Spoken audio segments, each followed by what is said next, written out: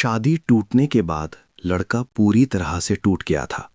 वो एक अंधेरे कमरे में अकेला रहने लगा था। ना किसी से बात करता था, ना बाहर जाता था। बस पुरानी यादों के साथ जी रहा था। उसकी जिंदगी में जैसे सब कुछ खत्म हो चुका था।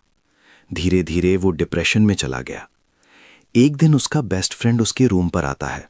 वो लड़के को समझाता है, जिंदगी यहीं खत्म नहीं होती। सबके लाइफ में बुरा टाइम आता है। जो चला गया उसके लिए अपनी जिंदगी बर्बाद मत करो। दोस्त उसको हिम्मत देता है, बाहर ले जाता है और बोलता है, अपने पापा के लिए जीना सीख। लड़का धीरे धीरे खुद को संभालने लगता है। लेकिन एक और प्रॉब्लम थी।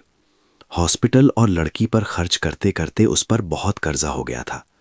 लोग बार बार कॉल करके पैसे मांग रहे थे। इसलिए लड़का जॉब के लिए दूसरे शहर चला जाता है। उसका दोस्त उसे स्टेशन तक छोड़ने आता है। दोनों की आंखों में आंसू होते हैं। लेकिन लड़का नए लाइफ की शुरुआत करने निकल पड़ता है।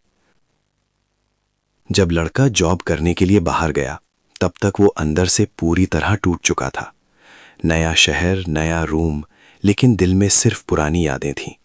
रात को जब वो रूम में अकेला होता था तो मोबाइल निकालकर लड़की की फोटो देखता रहता था।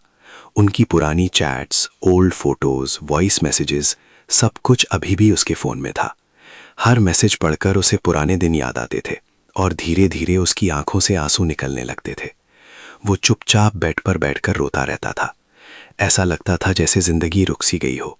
दिल टूट चुका था, लेकिन फिर भी वो खुद को संभालने की कोशिश कर रहा था। दिन में ऑफिस जाता, लोगों के बीच रहकर अपना दर्द छुपाता और काम में खुद को बिजी रखने की कोशिश करता। वो जानता था अगर खुद को चेंज नहीं किया तो वो कभी इस दर्द से बाहर नहीं निकल पाएगा। इसलिए वो हर दिन थोड़ा थोड़ा करके खुद को स्ट्रांग बनाने लगा। लेकिन कर्जा देने वाले लोग उसे रोज कॉल करके परेशान करते रहते थे। एक दिन मजबूरी में वो अपने चाचा के बेटे को कॉल करता है, मुझे थोड़ी हेल्प चाहिए, बाद में पैसे वापस कर दूंगा। वो बोलता है, मैं पापा से पूछकर बताता हूँ। फिर लड़का अपने चाचा को कॉल करता है। उसे याद आता है कैसे उसने उनकी हर प्रॉब्लम में हेल्प की थी। उनकी बेटी की शादी में पैसा दिया था, हर मुश्किल वक्त में साथ दिया था। लेकिन इस बार जवाब अलग था। चाचा बोलते हैं, तुम्हारे पापा का जो पैसा हमारे पास है वो ले लो, लेकिन हम एक्स्ट्रा हेल्प नहीं कर सकते। अब तुम अपना लाइफ देखो और हम अपना। ये सुन के लड़का अंदर से टूट जाता है। उस दिन उसे समझ आता है, दुनिया में लोग सिर्फ अपने मतलब के होते हैं। वो धीरे धीरे सबका पैसा वापस करता है। कर्जा कम होता है और 1 साल बीत जाता है। एक दिन अचानक उस लड़की का कॉल आता है जो उसे छोड़कर चली गई थी। वो बोलती है, थोड़ी हेल्प करोगे? लड़का शांत आवाज में कहता है, अब मैं आपको नहीं जानता। आप अपनी जिंदगी में खुश रहो और मुझे मेरी जिंदगी जीने दो। कुछ दिन बाद पापा का कॉल आता है। पापा बोलते हैं, बेटा अब शादी कर लो, बहुत टाइम हो गया। लड़का हल्का सा मुस्कुरा कर कहता है, पापा मैं अब शादी नहीं करूंगा।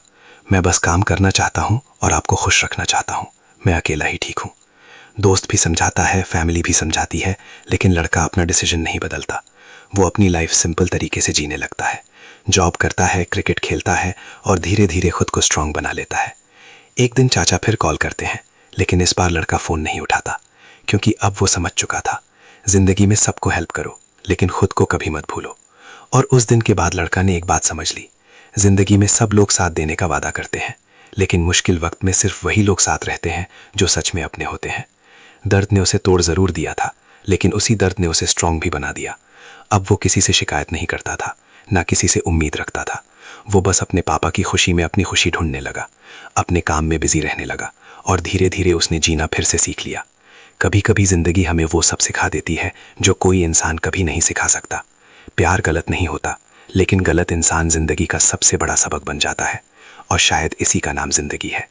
अगर इस स्टोरी ने आपके दिल को छुआ हो तो लाइक और सब्सक्राइब जरूर करें, क्योंकि ऐसी सच्ची कहानियां दिल से निकलती हैं और सीधा दिल तक पहुंचती हैं।